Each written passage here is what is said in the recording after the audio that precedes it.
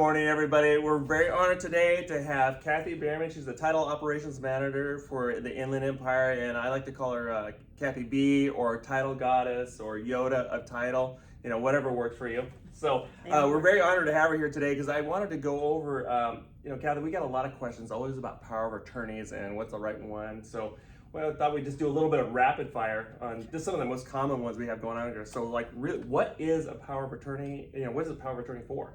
A power of attorney is given to appoint someone to act on your behalf.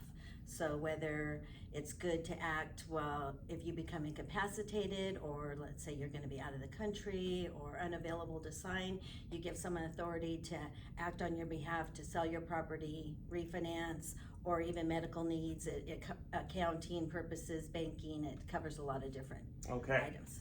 Okay. How long is a power of attorney good for? That's a very common one because I get ones for people go, hey, I got this one back in 1953. Is it still good? Right. Well, legally, the power of attorney is good for as long as it states in the document. So if it doesn't give a time frame, it's as good as long as you're still alive. So, but for title insurance purposes, we'd like to see the power of attorney to be recent, to know that there hasn't been any revocation of it or amendment or so forth. So we like to see it to have been executed within a year. We will take them if they're a little bit older, but we may ask some specific questions. Okay. We always want to know why they're using a power of attorney. What is, we want to make sure the person is aware that it's being used. Unless they are incapacitated, then we might ask for additional documentation. Okay, so for title purposes, we're not just taking any title. I mean, just because you sent it in doesn't mean we're going to accept it right away. We want a reason. Correct. We need to review it. We need to know why it's being used. Are they out of the country? Are they? Is it inconvenient? They're elderly. But are they aware of what's happening? Because if they're not, then a specific type of power of attorney has to be used. Okay. So let's get into that a little bit. Is it better to have a power of attorney specifics for selling that property instead of using one created to establish or in estate planning for that that covers everything? Right. For title insurance purposes, we accept either a specific, where that would tell us that it's only for the purpose of the sale of the property or a refinance situation. But we also do accept a general power of attorney that gives a really broad authority to someone.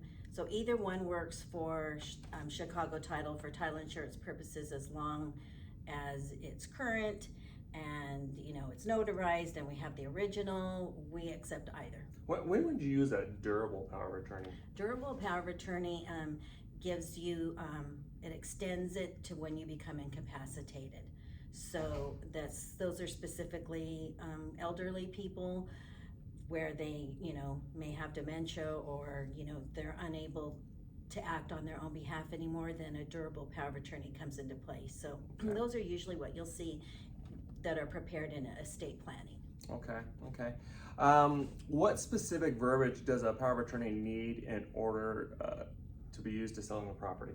Okay, we do look for specific verbiage. We want to see the words grant, sell, convey, encumber, and hypothecate. Somewhere within that document, we're looking for those terms, because those are what's giving authority to use the power of attorney for that purpose, to sell or borrow. Okay. A lot of times we get this question, if people have a trust and all of a sudden these people will come up with hey, I have this power of attorney. What are your thoughts on that? Right. Okay, so a power of attorney can be used if they hold title in the trust. However, it has to be provided for within the trust. So the trust has to have the provision to allow them to appoint a third party as attorney in fact to use within the trust. Many times those provisions are not in a trust, so we would have to look at the trust, the full copy of the trust, and the power of attorney to see if we can use it. Typically, a trust sets out that if one were to become incapacitated, then the successor trustee would act, with 2 doctor's letters and such. Okay. So we have to review both of those. So if that is the situation, that a power of attorney, they want to use the power of attorney, we need to see that and make sure that we can. Okay, so we typically don't see that a whole lot, for trusts that make an accommodation for a power of attorney in there. Can a power of attorney be used if somebody already passed away? No, a power of attorney expires upon the death of the party. Okay. So yeah, a lot of times people, will be in escrow, and somebody passes away. That that's unfortunate. And there are some other situations that we can probably work our way through, but typically, if that person has already passed away, that power of attorney is no good, and we're looking at a probate situation.